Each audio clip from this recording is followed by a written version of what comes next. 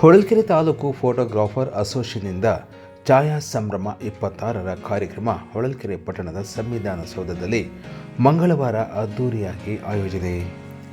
ಹೊಳಲ್ಕೆರೆ ತಾಲೂಕಿನಾದ್ಯಂತ ಇರುವ ಫೋಟೋಗ್ರಾಫರ್ ಅಸೋಸಿಯೇಷನ್ನಿಂದ ಹೊಳಲ್ಕೆರೆ ಪಟ್ಟಣದ ಸಂವಿಧಾನ ಸೌಧದಲ್ಲಿ ವಿಶೇಷ ಕಾರ್ಯಕ್ರಮವಾದ ಛಾಯಾ ಸಂಭ್ರಮ 26 ಕಾರ್ಯಕ್ರಮವನ್ನು ಅದ್ದೂರಿಯಾಗಿ ಕೈಗೊಳ್ಳಲಾಗಿತ್ತು. ಕಾರ್ಯಕ್ರಮದ ಅಧ್ಯಕ್ಷತೆಯನ್ನು ಹೊಳಲ್ಕೆರೆ ತಾಲೂಕು ಅಧ್ಯಕ್ಷರಾದ ಎಂ.ಎಚ್. ಮಂಜುನಾಥ್ ವಹಿಸಿಕೊಂಡಿದ್ದರು. ಕಾರ್ಯಕ್ರಮದ ಉದ್ಘಾಟನೆಯನ್ನು ಹಿರಿಯ ಛಾಯಾಗ್ರಾಹಕರು ಹಾಗೂ ವ್ಯಂಗ್ಯಚಿತ್ರಕಾರರಾದಂಥ ದಾವಣಗೆರೆ ಎಚ್.ಬಿ. ಮಂಜುನಾಥ್ ಉದ್ಘಾಟಿಸಿ ಮಾತನಾಡಿದರು. ಕಾರ್ಯಕ್ರಮದಲ್ಲಿ ಹೊಳಲ್ಕೆರೆ ಪುರಸಭೆಯ ಮಾಜಿ ಅಧ್ಯಕ್ಷರಾದ ವಿಜಯಸಿಂಹ ಖಾಟ್ರೋತ್, ಮುಖ್ಯಾಧಿಕಾರಿಯಾದ ಡಿ.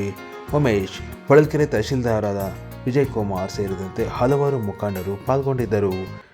ಶಾಸನಗಳಲ್ಲಿ ಕಲ್ಲಲ್ಲಿ ಹೇಳಬೇಕಾಗಿತ್ತು. ನಾನು ಹೇಳಿದ್ದಲ್ಲ, ಹೊಳಲ್ಕೆರೆಯನ್ನ ವಿಜಯನಗರದ ಅರಸರು ಕೊಟ್ಟಿರೋದು ಕಲ್ಲಿನಲ್ಲಿ ಶಾಸನ ಇದೆ, ತಾಮ್ರ ಶಾಸನ ಇದೆ.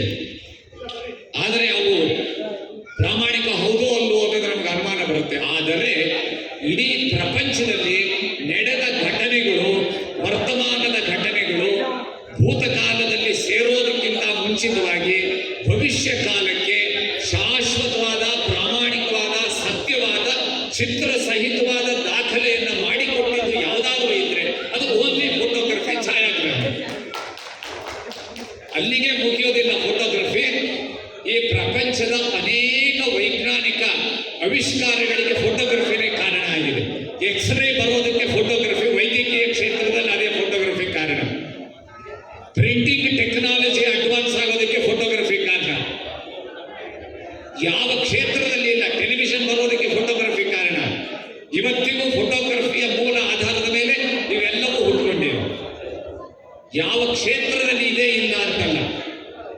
ಇವತ್ತಿಗೆ ರೈತರು ಹವಾಮಾನದ ಮುನ್ಸೂಚನೆಯನ್ನು ತಗೊಂಡು ಉಪಗ್ರಹದಿಂದ ಬೇಕಾದ ಹಾಗೆ ಚೆನ್ನಾಗಿ ಮಾಡ್ತಾ ಇದ್ದಾರೆ ಅಂತ ಹೇಳಿದರೆ, ಆ ಹವಾಮಾನ ಮುನ್ಸೂಚನೆಯನ್ನು ಕೊಡೋದಕ್ಕೆ ಉಪಗ್ರಹದಲ್ಲಿ ಇರೋದು ಫೋಟೋಗ್ರಫಿಯ ಕ್ಯಾಮರಾ ಮೇಲೆ.